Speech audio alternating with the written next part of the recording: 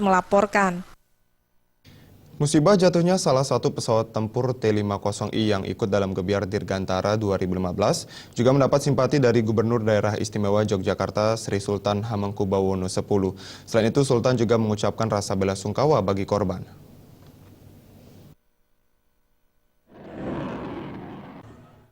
Sebuah pesawat jet berjenis T-50I Golden Eagle jatuh saat melakukan atraksi dalam Gebiar Dirgantara, Angkatan Udara Yogyakarta.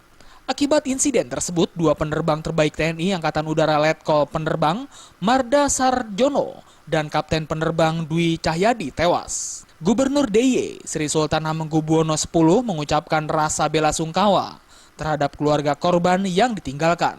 Sultan juga meminta agar TNI Angkatan Udara bisa menjadikan musibah tersebut sebagai bahan evaluasi bagi jajarannya. Saya nggak lihat, saya menyampaikan rasa prihatin dan bela sungkawa ya. Tapi saya tidak tahu peristiwanya itu karena saya lihatnya kemarin hari pagi ada di sini. Jadi nggak tahu persis pada momen apa itu terjadi, saya tidak tahu, belum tahu. Terus Sultan sendiri? Ya semoga itu jadi evaluasi. Sultan menambahkan insiden seperti yang dialami T-50I bisa terjadi kapan saja dan di mana saja. Sementara terkait event Gebiar Dirgantara, Sultan berharap agar bisa diselenggarakan rutin setiap tahun. Pesawat tempur milik TNI Angkatan Udara jenis T-50I Golden Eagle mengalami kecelakaan saat sedang terbang akrobatik dalam atraksi Gebiar Dirgantara Akademi Angkatan Udara.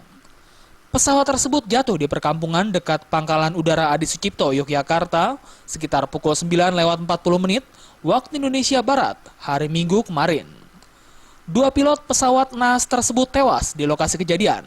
Belum diketahui penyebab kecelakaan ini. Saat ini tim investigasi dari TNI Angkatan Udara sedang bekerja untuk menyelidiki penyebab jatuhnya pesawat. Dari Sleman, Yogyakarta, Heri Susanto melaporkan.